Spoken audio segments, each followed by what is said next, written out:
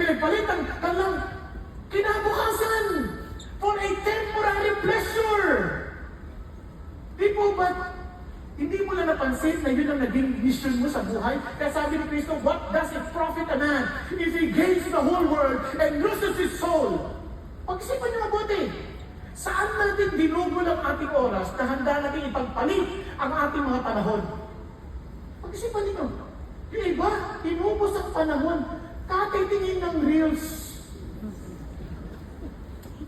Pag-isipan niyo. Yung iba, inubos ang panahon saan? Kakalasada. Shopping. Hindi masama yan, pero inubos niyo oras sa ganoon. Huwag naman. Yung iba, inubos sa kwentuhan sa kapitbahay, kwentuhan sa mga kung ano-anong bagay na nakakalimutan na yung buhay natin napakaikli. Ang bilis ata, tingnan niyo katabi niyo, kung kumaran, Sunday school mo na kasama yan. May matanda na sa picture ninyo. Ang bilis, di ba? Parang kailan lang. Alala niyo na, parang kailan lang. Di ba? At ang ating ipagpalit, pati ang buhay natin. Ano may katabi?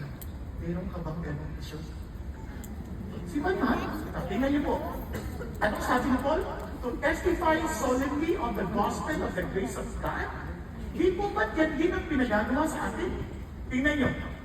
You will receive power when the Holy Spirit has come upon you. The moment you become Christian, the Holy Spirit is readily available to every one of us. Kaya sabi ng Bible, be filled with the Spirit.